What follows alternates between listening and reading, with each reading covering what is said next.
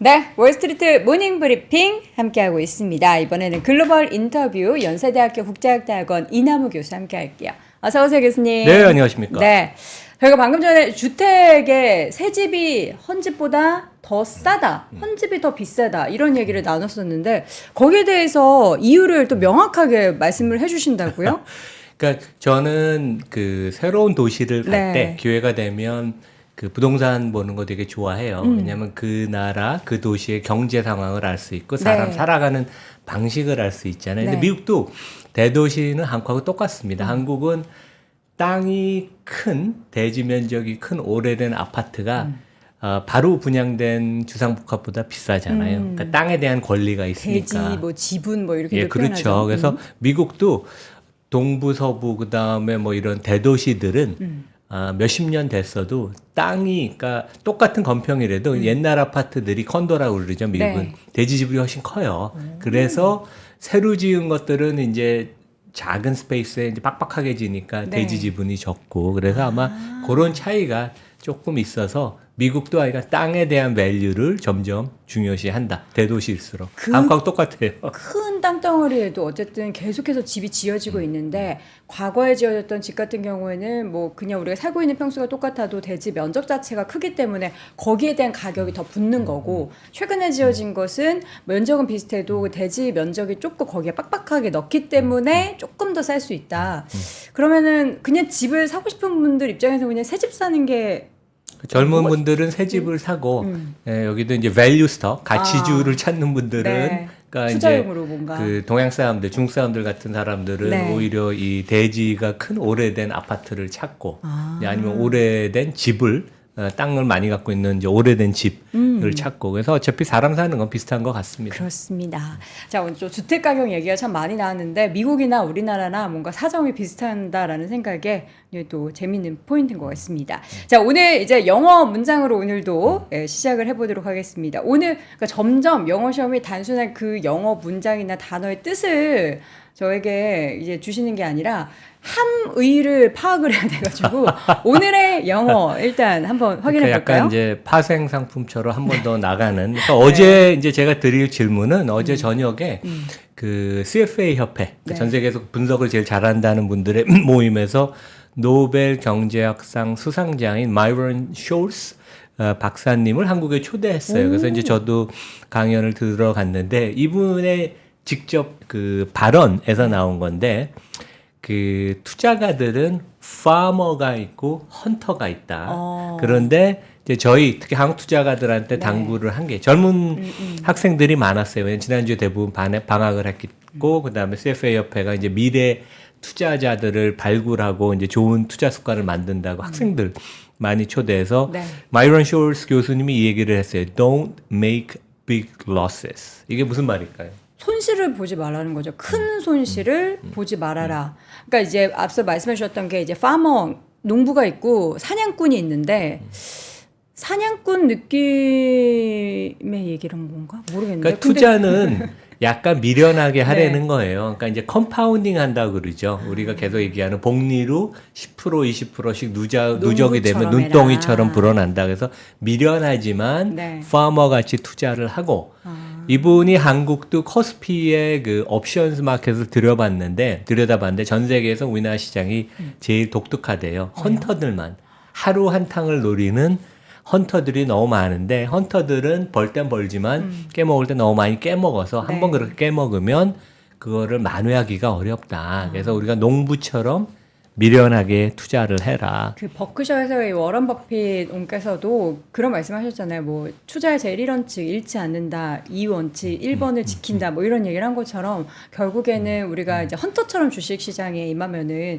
잃게 되는 것이 크고 농부처럼 진득하니 밭을 일구듯 그렇게 투자를 해야 된다라는 말씀이시군요. 그러니까 어제 그 마이런 숄스 교수님 여기 이제 사진 보면 네. 1941년생이세요. 근데 아직도 활발한 활동을 하시고 이분이 이제 보통 우리가 아는 그 옵션스 블랙 숄스 여기에 이제 마이런 숄스예요. 그래서 이게 이분이 이 모델을 개발하고 나서 파생 상품 시장이 이제 활성화가 됐죠. 그 네. 대부죠.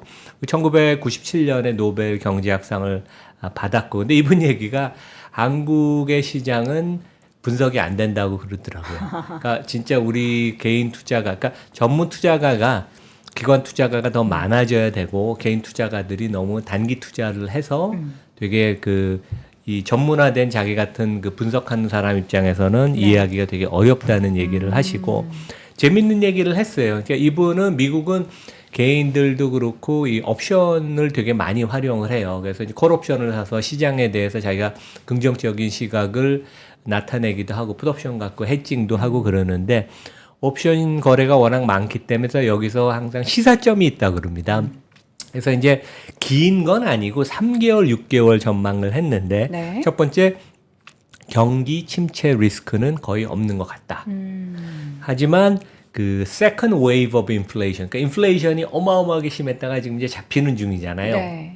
근데 다시 물가가 올라갈까봐 저희가 좀 걱정하잖아요, 되게. 그래서 second wave of inflation을 좀 우리가 눈여겨 봐야 되지만 아마 없을 것이다. 좀 조심스럽게 얘기를 했고, 네. 금리는 계속 떨어질 것을 옵션 시장이 지금 시그널을 보낸다. 그러니까 이 모든 것은 옵션 시장이 보내는 시그널이에요. 금리는 내려갈 것 같지만 과거 초저금리로 회귀는 불가능하다. 그다음에 이제 이게 되게 재미있는데 AI 관련주들은 지속적으로 상승할 것처럼 보인다. 네. Fundamentally AI 보급이 확산이 되면 생산성이 개선이 되고 뭐 당연하죠. 왜냐하면 내가 훨씬 더 일을 효과적으로 하고 그 다음에 그 전반적으로 그 경제의 물가 하락에 기여할 것이다. 이 점을 되게 강조하더라고요. 네. 왜냐하면 생산성이 높아지면서 네. 기업들은 더 적은 인원을 갖고 뭐 똑같은 아니면 더 좋은 아웃풋을 내니까 그래서 되게 재미있고 대가들의 역시 메시지는 간결하고 좀 파워풀하다. 이제 그런 생각을 제가 했습니다. 어제. 네. 자, 오늘의 또 메시지 하나 던져주셨고요. 오늘 또 여러 가지 주제를 준비해 주셨기 때문에 하나씩 좀 예고 살짝 듣고 한번 네. 본격적으로 이야기 다섯 가지 해볼까요? 준비했는데 첫 번째는 여러분 뭐 아시는 얘기지만 그 미국도 ETF로 지금 자금이 유입이 계속 되는데 네. 앞으로 10년 동안 이건 시티증권의 전망인데 미국 뮤추얼 펀드 돈의 한 반 정도가 ETF로 빠져나갈 것이다. 더 가속화될 것이다. 네. 그다음 이제 두 번째는 뭐 우리 국내 뉴스도 꽤 나오는데 이제 달러 초강세, 엔화, 유로 약세. 그다음에 이제 우리 같은 그 이머징 마켓 통화도 약세. 근데 특히 그 되게 재밌는 게 우리 코로나가 터졌을 때 이제 그런 위기가 나면 안전 통화로 가서 이제 달러가 강하잖아요. 2020년이 그랬는데 그 이후로 세계 경제가 안정화됐는데도 매년 계속 달러가 강세였어요. 네. 저는 그건 몰랐어요. 오히려 2021년은 조금 이게 약간 리버설이 되지 않았을까. 근데 올해 다시 달러 강세, 이머징 국가 통화 약세가 다시 지속이 되는 이건 어떻게 보면 큰 트렌드인 것 같고 제 생각에는 당분간 바뀔 것 같지는 않아요. 그다음에 미국 시장 조금 업데이트를 네. 할게요. 그러니까 오늘도 보면 뭐 마이크론, 월그린, 리바이, 스트라우스 이런 회사들 주가가 뭐 많이 10% 가까이 아니면 월그린 같은 데 22% 하락을 네. 했거든요. 그래서 이제 이런 것에서 나오는 시사점. 그러니까 시장이 조금 걱정하는 사람들이 많아요. 주가는 되게 강한데 지금 S&P 기준으로 5,500을 우리가 앞두고 있고 밀리지가 않잖아요. 근데 오히려 시장을 좀 걱정하는 사람은 많아서 이제 그 얘기를 하고 그다음에 이제 기업 산업으로 가서 volkswagen이 그 리비안 투자가 요 자체뿐만 아니라 전기차 업종 전체적으로 볼 때 큰 시사점이 있는 것 같아요. 그래서 한동안은 우리 그 리비안이 상장됐을 때는 리비안의 시가총액이 volkswagen보다 컸습니다. 이제 그런데 이제 입장이 바뀐 거죠. 그래서 이제 그 얘기를 좀 해보고 시사점이 뭔지. 그 다음에 그 제가 우리 장비리아 장우석 부사님. 장비리아를 제 그 유튜브에 초대해서 네. 배당주 얘기를 했는데 제가 이제 가장 핵심 질문이 우리 장우석 부사장님한테 제일 좋아하는 배당주가 세 개가 뭐냐. 그래서 이제 그 얘기를 드리는데 이제 이분도 그거니까 배당을 많이 주되 네. 배당이 성장하는 그러니까 성장 앵글까지 같이 갖춘 그런 배당주를 봐야지 배당 수익률이 높다고 덜컥 잡으면 네. 그것은 오히려 안 좋을 수도 있다. 이제 그런 얘기를 했어요. 네. 자, 그러면 첫 번째 이슈 먼저 미국 ETF로 자금 유입이 계속될 것이다. 그러니까 개별적인 기업에 대한 투자보다는 ETF가 늘어나는 이유 뭘까요? 그러니까 뭐 편의성도 있고 네. 그다음에 수수료가 되게 적잖아요. 일반 펀드보다. 그쵸. 일반 펀드는 미국에서는 한 1% 이상 뛰어가는데 주식형은 네. ETF는 그거에 뭐 3분의 1 정도도 안 되니까. 그래서 여기 이제 그림을 보시는 것은 여기 이제 파란 선은 미국 전체 ETF 한 9조 달러쯤 되고 빨간 선은 이제 개인들이 미국 뮤추얼 펀드에 피델리티 같은 데에 투자한 것이고 네. 녹색 선은 이제 기관 투자가들이 연기금 같은 데가 미국 뮤추얼 펀드에 투자한 것이어서 실제 그 뮤추얼 펀드가 환매가 그래도 꾸준히 된다 그래도 여전히 한 20조 달러가 여기 투자가 돼 있고 왜냐면 미국은 401k 같은 게 또 자동적으로 계속 납입이 되니까 네. 그리고 20조 달러 대비 ETF가 한 8조 달러, 9조 달러. 그래서 여전히 격차는 있지만 시티가 이 파라다임에 지금 변화가 있어서 10년 내에 이것이 뒤집혀질 것이다.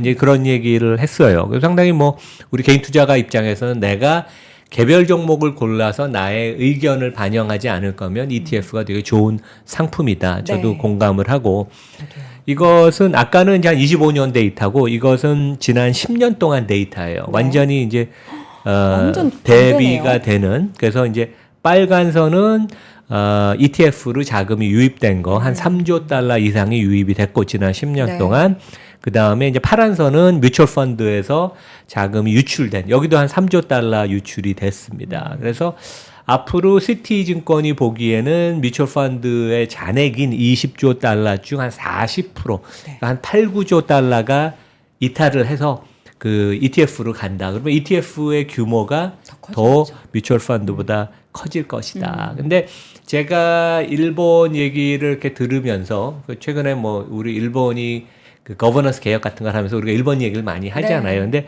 우리는 이제 서학개미 분들이 개별 종목을 많이 사잖아요. 그래서 엔비디아 같은 경우도 수익도 많이 나고 그랬지만 ETF도 사긴 하지만 다들 이제 그렇죠. 수백짜리 사시죠. 그렇죠. 근데 이제 네. 일본의 서학개미 분들은 개별 종목보다는 시장을 사고 시장도 그 테마성의 ETF보다는 S&P 500 인덱스로. 전체 시장을 산 리스크가 좀 적은 ETF를 선호한다. 그래서 네. 이게 어떻게 보면 되게 현명한 아까 우리 저 마이런 숄스가 얘기한 파머 같은 농부 같은 투자인데 조금 미련해 보여도 이게 연 한 10%씩 늘어나는 게 답답해 보여도 이게 나중에 복리로 쌓이면 어마어마하게 커질 수가 있다.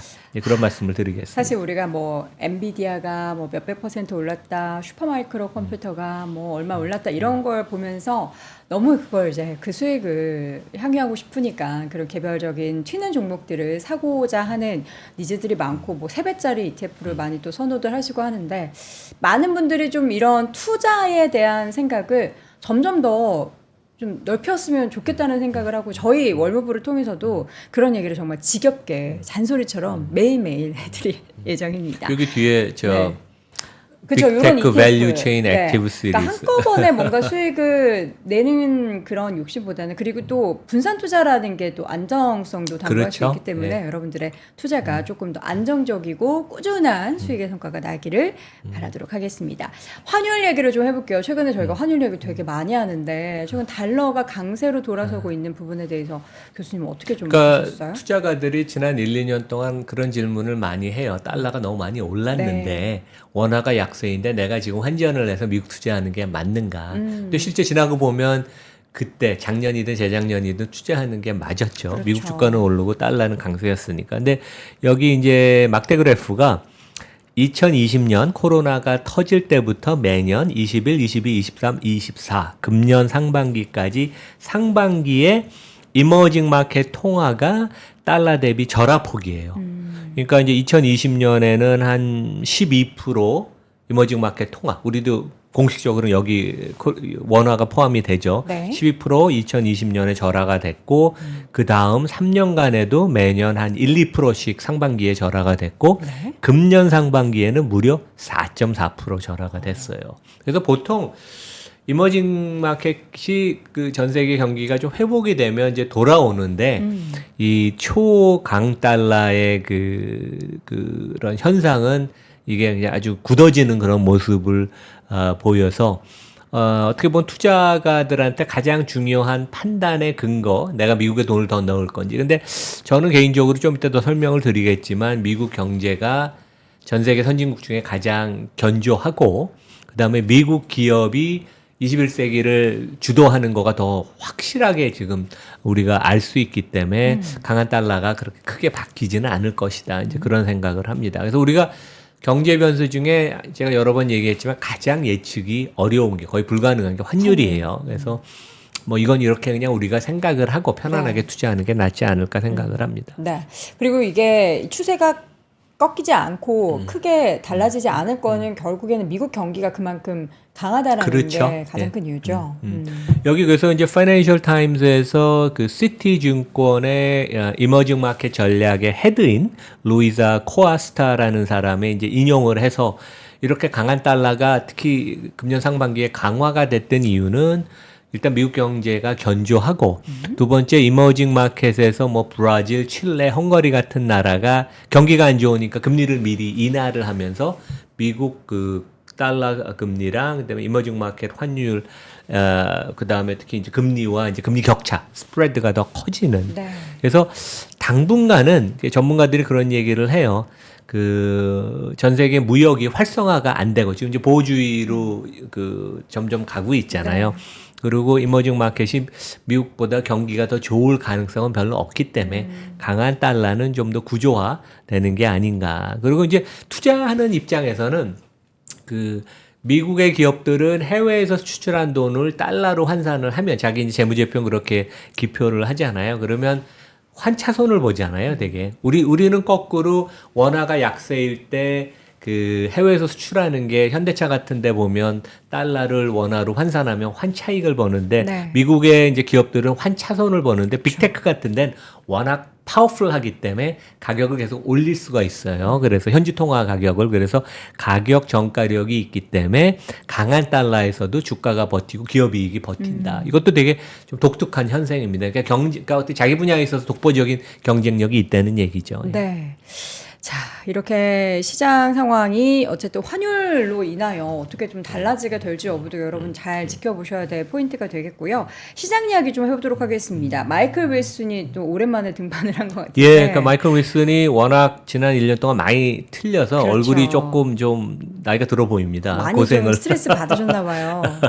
근데 이제 아이가 마이클 윌슨 뭐 전문 투자 기관 투자가들이 꼽은 미국에서 뭐 넘버원 투자 그쵸. 전략가고 실력이 있다는 얘기죠. 근데 이제 이분이 그런 얘기를 했어요. 하반기 경제 전망, 그러니까 시장 전망을 하는데 마치 이제 보트 미국 사람들은 이제 요트를 타고 많이 나가잖아요. 그래서 그 정박된 보트 같지만 바람이 많이 불면 정박이 됐어도 막 흔들리잖아요. 그러니까 지수는 실제 크게 많이 움직이지 않을 거. 그러니까 이분은 이제 빠지지 않는다는 얘기예요, 되게.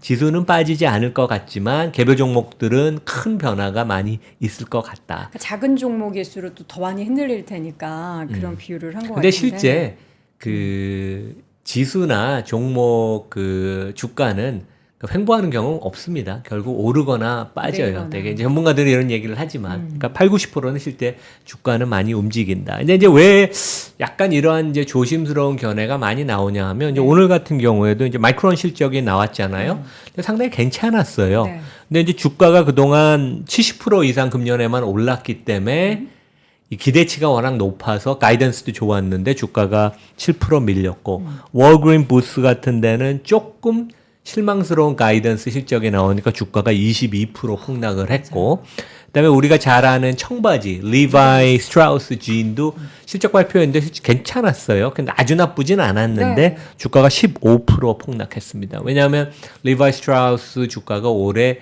40% 이미 상승을 했기 때문에 그래서 조금만 삐걱대면 주가가 10% 가까이 빠지는 이제 그런 모습들이 조금 연출되니까 이게 지수는 견조하지만 뭔가 시장의 기저에 뭔가 불안한 게 있지 않는가 이제 그런 걱정을 전문가들이 좀 한다 이제 그런 말씀을 드리겠습니다. 네. 개별 종목들 앞서서 잠깐 짚어주셨던 뭐 월그린 부츠나 뭐 이런 리바이스 다양한 기업들의 실적 발표 그리고 주가가 흔들리는 거를 보면서 미국 경기에 지금 뭐가 제일 문제일까? 대부분 보면 소비 관련한 기업들이거든요. 그렇죠. 미국 뭐 경제의 70%가 소비고 네. 소비가 그다음에 소비 관련된 회사들이 실질적으로 제일 많고 그러니까. 그래서 지금 이제 지수 측면에 있어서 오늘도 약간 그래요. 오늘 러셀 2000 지수는 한 1% 올랐어요. 네. 근데 오히려 엔비디아가 좀 빠지면서 지수는 좀 오르는 모습.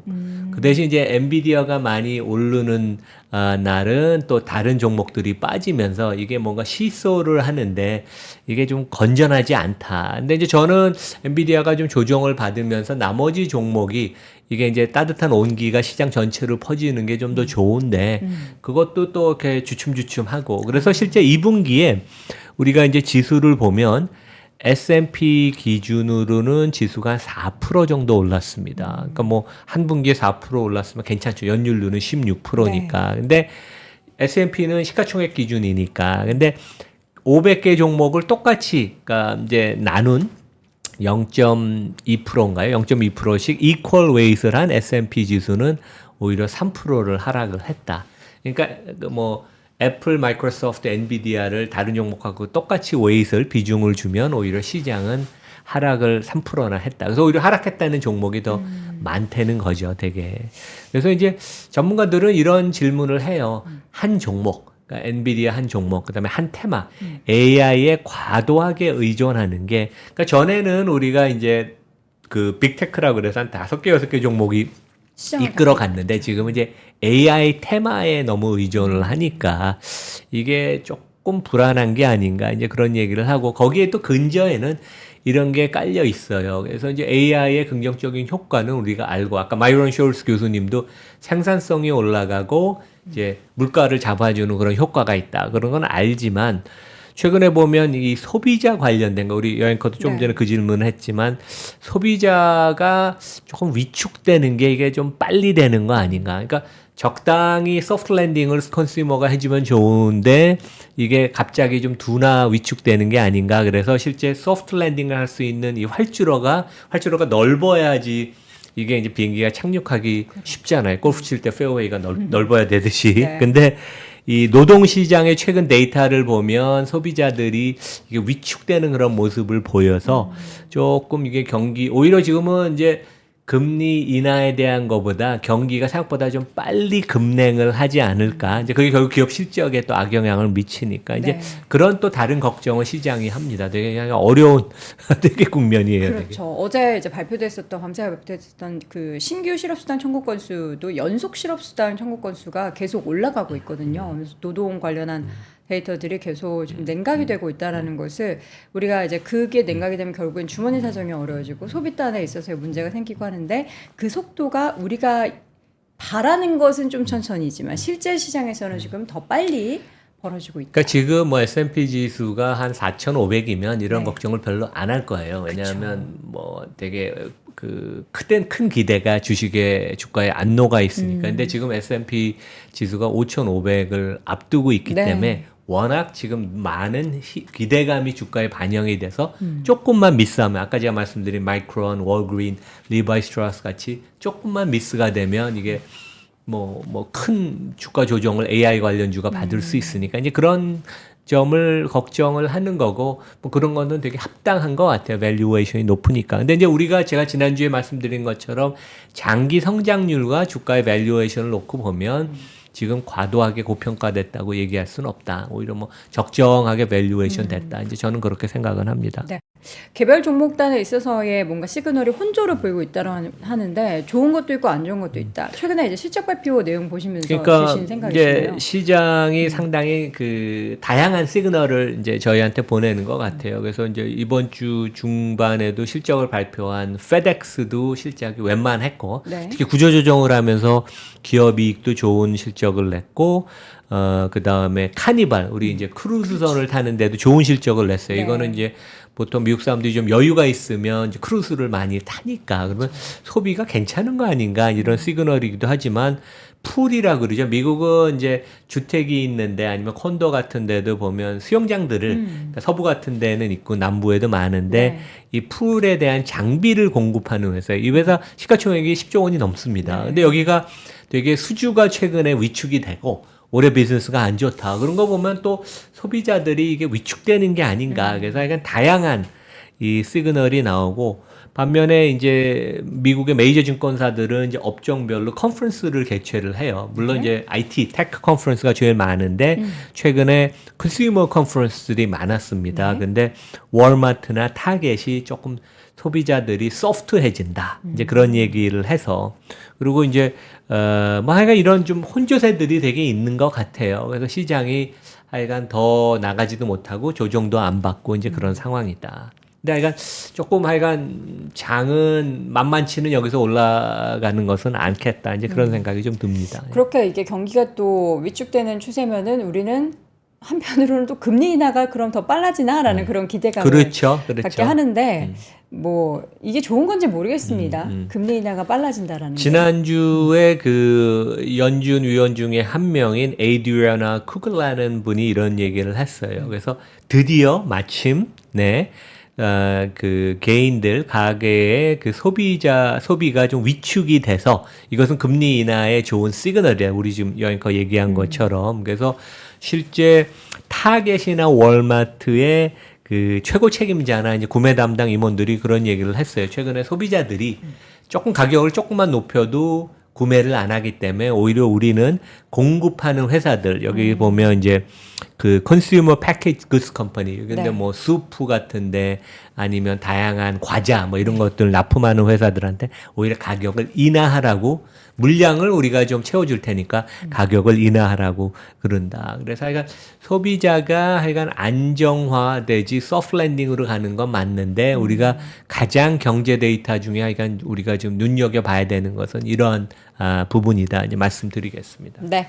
자, 이어서는 이번 주 이제 폭스바겐이 리비안에 투자를 단행하겠다. 우리나라 돈은 거의 7조 원 규모의 투자 얘기가 나왔어요. 50억 달러니까 네. 7조 원 되네요. 예. 이게 어떤 의미일까요? 우리 여기 이제 그 리비안의 R1 이게 이제 그 되게 미국에서 이 차 보면 멋져요. 그 많지는 않은데 네.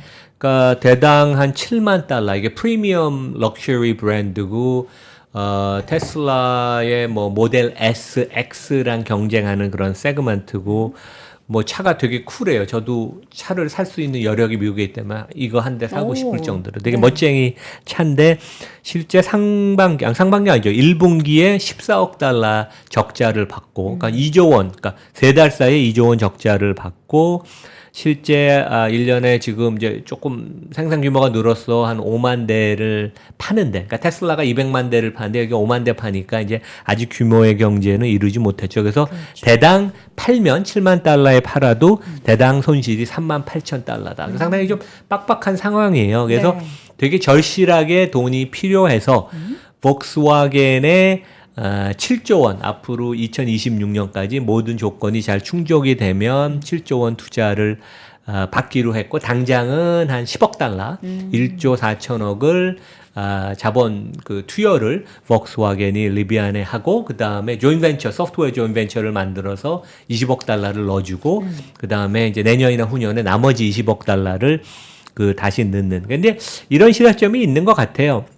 그러니까 폭스와겐이 그 자기네가 계속 그 전기차 한다고 엄청 노력을 했어요. 네. 근데 잘 되지 않으니까 이제 투자를 하는 거고. 그래서 전기차 생산이 이게 쉽지는 않다. 그리고 이 또 테슬라는 대량 생산을 해서 이제 규모의 경제에 도달을 했지만 리비안 같은 데가 쿨한 제품을 만들어도 대량 생산은 램프업하는 건 쉽지 않다. 그래서 최근에 테슬라가 이번 주에 주가가 좋았던 게 테슬라가 이게 상당히 남들이 따라오기 힘든 경지를 올라간 게 아닌가 이제 그런 그 의미도 좀 있는 것 같습니다. 네. 리비안의 그 시총이 그렇게 컸는데 사실 그 후로는 굉장한 오랜 기간 주가의 하락이 보였고 근데 최근에 이제 급반등에 나서긴 했지만 여전히 좀 주가는 낮네요. 그러니까 리비안이 제가 아마 3% 처음 나왔을 때인 네. 것 같아요. 4년 전인가 3년 전인가 그때 그때 당시 이제 뭐 리비안 루시드 다 나왔을 때 상장하고 주가가 2배 돼서 그때 시가총액이 폭스와겐의 2배쯤 됐습니다. 근데 지금 이제 주가가 90% 하락을 해서 시가총액이 지금 주가가 한 30-40% 올랐거든요. 이거 이제 자본 투자 받는다는 그러고 나서도 뭐 지금 주가가 15조 원에서 20조 원 사이가 이제 90% 하락을 했고. 근데 재밌는 게 그 테슬라가 공매도 비중 아까 우리 박 팀장이 공매도가 지금 미국에서 나스닥에서 줄었다. 왜냐하면 주가가 계속 올라가니까 공매도 친 사람이 겁나서 이제 환매수를 계속 하는 거죠. 네. 근데 테슬라가 한동안은 공매도 비중이 3%였는데 어제 기준으로 볼 때 3.7%. 그러니까 여전히 좀 베리시한 사람이 많은 거고 네. 리비아는 공매도 비중이 19%. 그러니까 아마 주가가 그 합작 그 자본 제휴 발표가 난 날 주가가 한 20% 오른 게 이제 공매도 된 사람들이 겁나서 뻥 뚫려서 올라갈까 봐 이제 급히 환매수를 네네. 했던 것도 있고 그다음에 루시드는 공매도 비중이 한 30%가 넘더라고요. 그러니까 여전히 베리시한 사람들이 많다. 그래서 우리가 그 시킹 알파 같은 데 보면 공매도 퍼센티지가 나오거든요. 그러니까 네. 유통 물량 대비 공매도 비중 그것도 네. 이제 살펴보면 근데 그것을 해석을 잘 해야 돼요. 그러니까 어떤 때는 공매도 비중이 높은 게 bearish하다는 표시도 되지만 또 그게 좋은 뉴스가 나오면 주가가 급등할 수 있는 근거도 되니까. 수급이 확 유입될 수 있으니까. 왜냐하면 공매도 한 사람이 제일 놀라는 것은 갑자기 예상 못한 호재가 나오면 네. 주가가 몇십 프로 오를 수 있으니까 그럴 때 가격 불문하고 무조건 아침에 그냥 장미 열릴 때 다 사달라고 그러거든요. 예, 그러니까.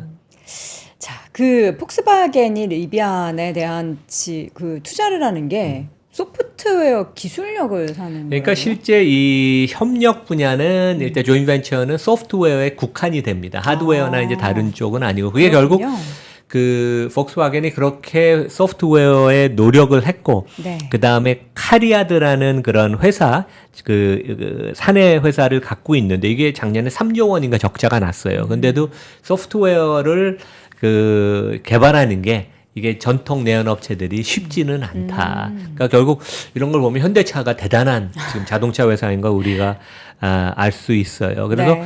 이게 하여간 뭐 몇 조 원을 내고선 소프트웨어에 대한 액세스를 할 수 있는 거. 그게 이제 가장 큰 그 투자하는 이유다. 이제 우리가 그렇게 볼 수 있고. 네. 그 아까 말씀드린 것처럼 이 현대차는 지금 잘하고 있고 좋은 훌륭한 전기차를 만들지만 미국과 유럽의 그 기라성 같은 전통 내연기관차 뭐 GM, 포드, 폭스와겐, 뭐 BMW 다 전기차로 전환이 어려움을 겪고 있다. 그래서 아까 말씀드린 폭스와겐의 카리아드라는 데가 소프트웨어 사내 그 벤처가 작년에 24억 유로 적자를 봤어요. 그러니까 네. 이게 뭐 한 3조 5천억. 그러니까 이게 이런 쪽의 소프트웨어 엔지니어들은 특히 더 고임입니다. 임금이 높아서 뭐 매출은 없고 그래서 이게 기업의 문화 DNA를 바꾸는 게 되게 쉽지가 않다. 기계공학도가 중심이 된 회사, 전통 내연기관을 소프트웨어 IT 회사로 바꾸는 게 그래서 현대차는 잘하고 있지만 실제 뭐 삼성도 파운드리를 하는데 메모리와 파운드리는 비즈니스 모델이 틀리잖아요. 파운드리는 협업을 해야 되는데 그것도 어렵고 삼성전자가 이제 소프트웨어를 접목하는 것도 좀 어렵고 그래서 하여간 회사가 자기를 부인하고 새로운 비즈니스 영역으로 나가면서 문화를 바꾸는 게 쉽지 않다. 이제 네. 그런 것을 우리가 알 수 있습니다. 자, 폭스바겐이 리비안에 투자한 그 의미에 대해서 쭉 이야기를 또 전해 주셨습니다. 마지막으로는 이제 우리 장우석 부사장님의 인터뷰, 이제 좋은 주식 연구소, 이남우의 좋은 주식 연구소에 가보시면 이제 풀 영상을 다 보실 수가 있는데 미국 탑3 배당주가 뭘까요? 이분이 꼽고 있는 장 부사장님 요즘 되게 바쁘더라고요. 베스트셀러 왜냐하면 작가예요. 책을 쓰셨는데 네. 책이 5세까지 나갔다고 해요. 그리고 이 책과 관련된 강의를 20회를 해서 이제 제 유튜브가 마지막이라고 그래서 제가 그 다짐을 받았습니다. 네. 그래서 근데 책은 이제 매주 그러니까 every week 매주 달러로 받는 배당주 통장. 그래서 이제 뭐 한 10몇 개, 20개 되는 배당 포트폴리오를 만들면 매주 내 구자에 배당이 들어오고 그 배당 받은 걸 또 그 같은 종목을 재투자를 해서 이제 이렇게 선순환의 사이클을 만들어서 그 복리, 컴파운딩 하는 거를 하자 그랬는데 이제 저는 더 궁금한 게 그러면 제일 좋은 종목이 배당주가 뭐가 있습니까? 그래서 이분이 추천을 한 게 첫 번째 P&G. P&G가 뭐 전 세계에서 가장 우리가 많이 쓰는 소비자 제품을 만드는 다국적 기업이죠. 시총이 한 550조 원 되고. 네. 그러니까 저는 여기에 질렛 면도기와 그 면도 이 폼을 하고 그다음에 타이드 그다음에 뭐 화장품도 SK2도 여기 네. 거고요. 그래서 뭐 어마어마한 회사고 뭐 20%씩 성장은 안 하지만 10% 가까운 성장을 계속하고 그다음에 두 번째 종목은 Wisdom Tree의 US Quality Dividend Growth Fund. 그러니까 티커 코드는 ETF예요. DGRW. 네. 이것도 꽤 크더라고요. 그러니까 시가총액이 한 15조 원, 20조 원 돼요. 그래서 그 찰스 슈왑 그 디비던드 ETF처럼 크지는 않지만 되게 네. 좋고 이것은 배당을 많이 주는 회사지만 성장성이 있는 걸로 꼽혔다. 그래서 이제 제가 편입 종목을 마지막에 보여드리고 마지막으로는 애플이에요. 애플이 배당은 실제 배당 자체는 적지만 버는 돈의 90%를 주주한테 돌려주는 자사주 매입소가 플러스 배당을 하니까 배당주를 우리가 보자. 이제 그래서 이 세 종목을 추천을 했고 네.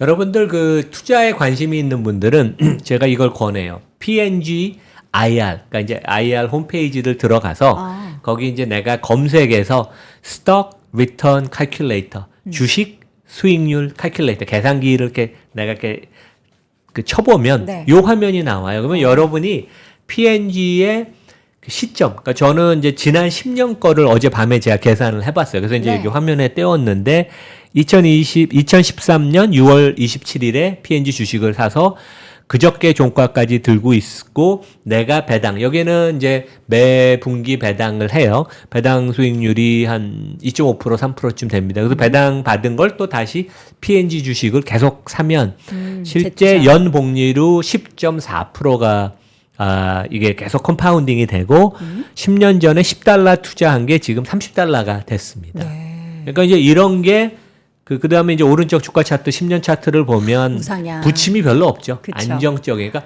안정적이면서 꾸준히 우상향하는. 그래서 이제 우리가 이걸 보면 왜 장비디아가 물론 엔비디아는 좀 쉬어간다고 합니다. 네. 하반기에. 근데 P&G를 꼽았는지 우리가 알 수 있습니다. 네. 이어서는 DGRW. 이것도 계속 10년 차트 보니까 우상향이네요. 요것도 되게 안정적이죠. 네. 그래서 요것도 제가 이제 지난 10년 동안 주가가 166%를 상승을 했어요. 그래서 이제 제가 엑셀 파일에서 이제 복리로 계산을 해보니까 네. 주가는 매년 10% 올랐고 배당을 한 2% 정도 주니까 한 12% 13%의 복리로 그러니까 오히려 P&G보다는 조금 수익률은 더 높은 네. 왜냐하면 성장성이 좀 더 높은 IT 관련된 종목들도 꽤 편입이 돼 있습니다. 그래서 이것도 상당히 좋은 ETF다. 그래서 이제 그런 말씀을 드리고 어떤 기업들이 있는지 한번 볼까요? 그 장 부사장님이 그 얘기를 해요. 되게 저도 100% 공감하는 게 네. 배당 수익률이 5% 10% 되는 종목들이 있어요. 근데 역성장을 하면 주가가 실제 빠지기 때문에 내가 7, 8% 배당 수익률을 받아도 주가가 7% 빠지면 나는 제로 아니에요. 그쵸. 그래서 이제 배당 수익률이 높다고 무조건 덜썩 잡는 것은 되게 위험을 하다. 그래서 성장이 있는 배당을 많이 주는 회사. 그러니까 이제 그래서 여기 그 우리 좀 전에 말씀드린 Wisdom Tree US Quality Dividend Growth, 그러니까 Growth ETF예요. 여기 이제 10대 종목을 보면 마이크로소프트, 애플, 브로드컴, FB 제약회사죠. 엔비디아. 그러니까 톱5 중에 제약회사가 하나 있고 나머지는 이제 우리가 얘기하는 빅테크나 IT 종목이고 그 밑에 6위부터는 존슨앤존슨, P&G, 홈디포, 코카콜라, 펩시. 그러니까 대표적인 이제 컨슈머 종목들이 여기 편입이 됐습니다. 그래서 우리가 하여간 투자를 사냥꾼 같이 하여간 그 공격적으로 너무 하는 것보다는 조금 지긋하게 여유 있게 농부 같이 하는 그런 지혜도 되게 필요하다. 이제 네. 그런 말씀을 드리겠습니다. 여러분들이 이제 배당 관심 있는 분들 많으시죠. 특히나 이제 은퇴를 고민하고 있으신 분들 혹은 은퇴하신 분들 중에서 이제 매달 현금 흐름에 대한 발생을 준비하시는 분들도 많으실 텐데 궁금하신 분들은 이제 이남우 교수님의 이남우의 좋은 주식 연구소 인터뷰 영상도 꼭 보시고 장우석 부사장의 매주 달러받는 배당주 통장 이 책 보니까 지금 와 경제 경영 부분에 현재 17위 베스트셀러 자리에 올라와 있습니다. 많은 관심과 또 여러분들의 투자에 도움이 되셨으면 좋겠습니다. 자, 이어서 오늘 글로벌 인터뷰 함께했고요. 연세대학교 국제학대학원 이남우 교수였습니다. 교수님 고맙습니다. 네, 감사합니다. 자, 월스트리트 모닝 브리핑 금요일 방송은 여기까지입니다. 오늘 이제 오전 우리나라 시각으로 10시에 열리는 대선 두 주자들의 토론 얘기는 과연 어떤 이야기가 진행이 될지도 궁금하고 오늘 밤 PC 발표 이야기 주말 사이에 있을 이야기들 모아서 저희가 월요일 오전 6시에 여러분께 모두 풀어드리도록 하겠습니다. 주말 잘 보내시고요. 여러분 오늘도 고맙습니다. 박근영, 이선영, 사경인, 염승환 투자 마스터들의 세심한 케어로 건강한 투자 습관을 만드세요. 3프로 멤버십 3프로 앱에서 확인하세요.